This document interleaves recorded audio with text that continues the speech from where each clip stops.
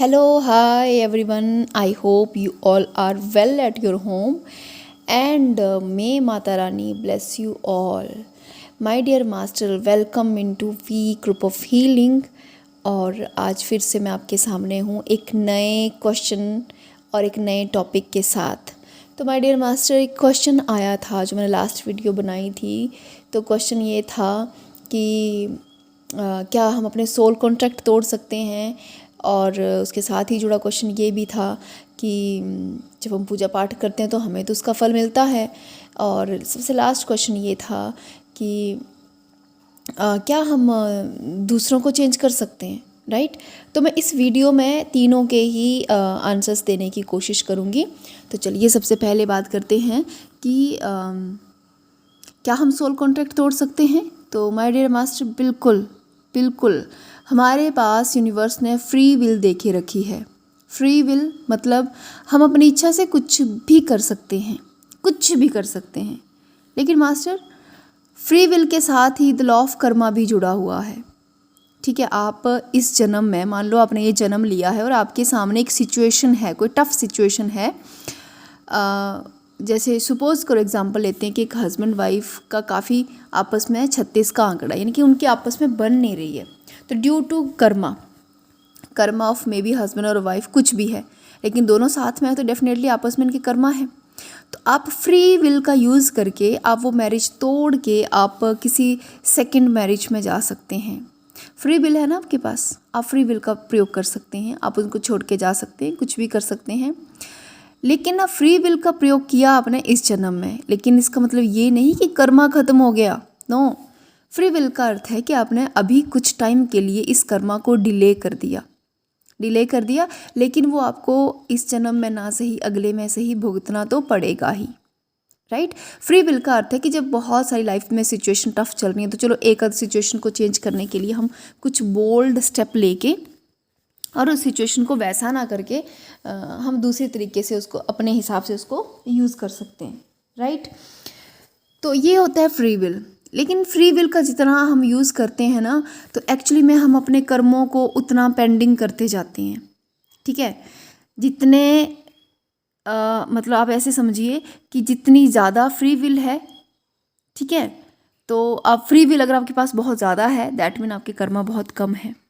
लेकिन अगर आप अपने कर्मा को कई जन्मों तक फ्री विल का प्रयोग करके पेंडिंग करते जा रहे हैं, तो मास्टर हर जन्म में आपकी फ्री विल की जो पावर है वो कम होती चली जा रही है, और कर्मा बढ़ते जा रहे हैं, क्योंकि तो फ्री विल क्या होती जा रही है, कम होती जा रही है। ठीक है, तो क्या होगा कि एक समय ऐसा आएगा, एक कोई जन्म ऐसा आएगा जहाँ पे आपकी फ्री विल बहुत लिमिटेड होगी और आपके उन सब कर्मों का हिसाब आपको देना पड़ेगा।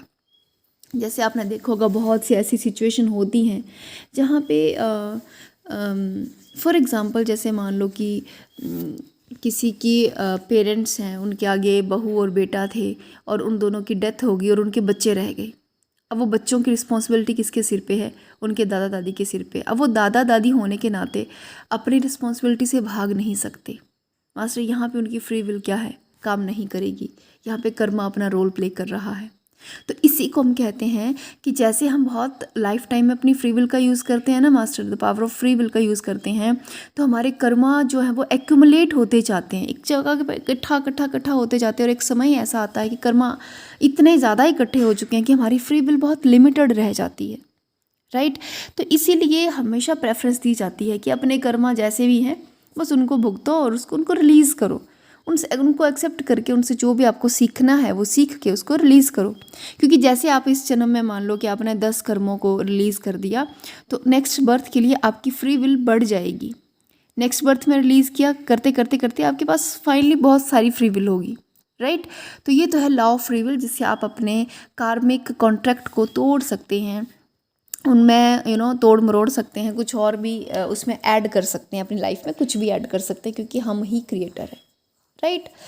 अब हम आते हैं सेकंड क्वेश्चन पे, जो था कि मैम हम जो पूजा पाठ करते हैं वो तो हमारी इच्छा पूरी होती है, तो वो तो होगी ही ना, क्योंकि पूजा पाठ करके हम मंत्र चैंट कर रहे हैं, पूजा कर रहे हैं, तो हम क्या कर रहे हैं, सुबह शाम दोपहर एक ही तो रट लगाए बैठे हैं, भगवान मेरी ये फलानी इच्छा पूरी हो जाए, है। तो वो क्या कर रहे हैं, हम मैनिफेस्टेशन कर रहे हैं ना। Manifestation, the law of manifestation भी है एक, कि हम जिस चीज़ के बारे में ईश्वर के लगातार हम जिस चीज़ के बारे में सोचते हैं हम वहाँ पे एनर्जी देते हैं, और जब एनर्जी देते हैं तो वो चीज़ हमारी लाइफ में होती है।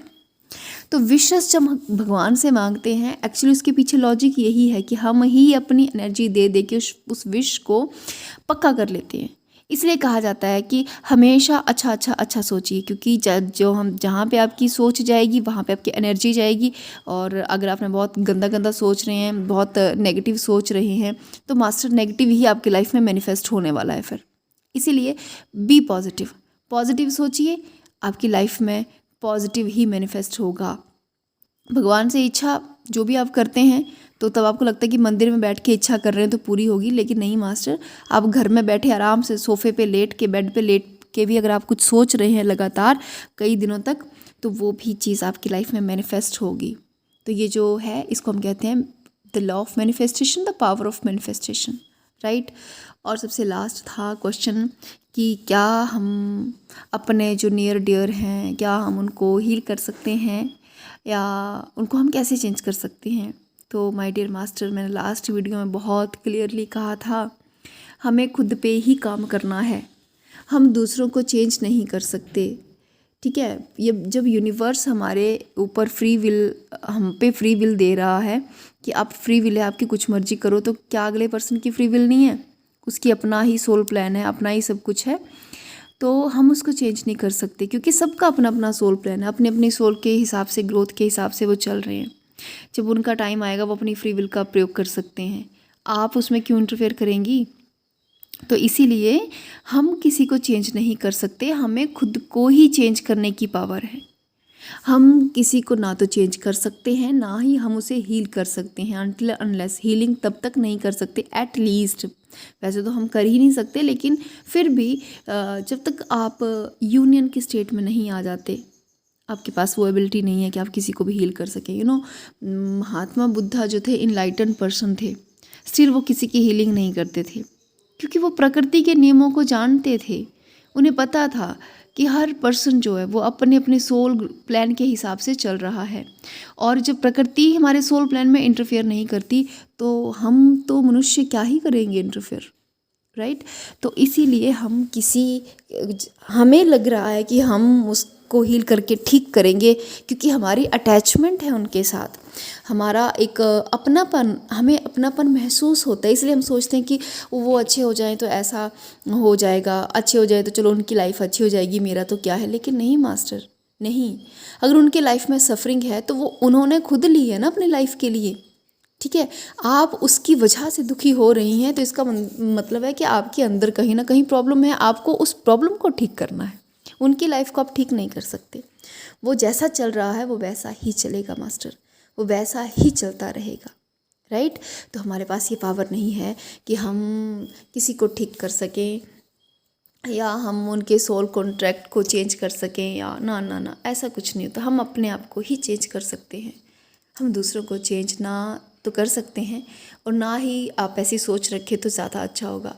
अपने आप को चेंज कीजिए, दूसरा स्वयं ही चेंज हो जाएगा। आपकी हाई वाइब्रेशन जब उनको जाएगी तो डेफिनेटली वो 100% चेंज होगी। आप बस सोचिए ना, दो लोग हैं जो कार्मिक कॉन्ट्रैक्ट में बंधे हुए हैं, ठीक है। उन दोनों का, दो लोग हैं जो कार्मिक कॉन्ट्रैक्ट में बंधे हैं, एक दूसरे को उन्होंने सपोज कि उन्होंने कॉन्ट्रैक्ट करके रखा है दुख देने का, लेकिन उसमें एक जो पर्सन है वो मूव ऑन कर जाता है और वो अपने आप को हील कर लेता है, ठीक कर लेता है, तो दूसरे का तो रोल वहीं ख़त्म हो गया ना, तो वो क्या करेगा, वो भी ऑटोमेटिक हील हो जाएगा, है ना।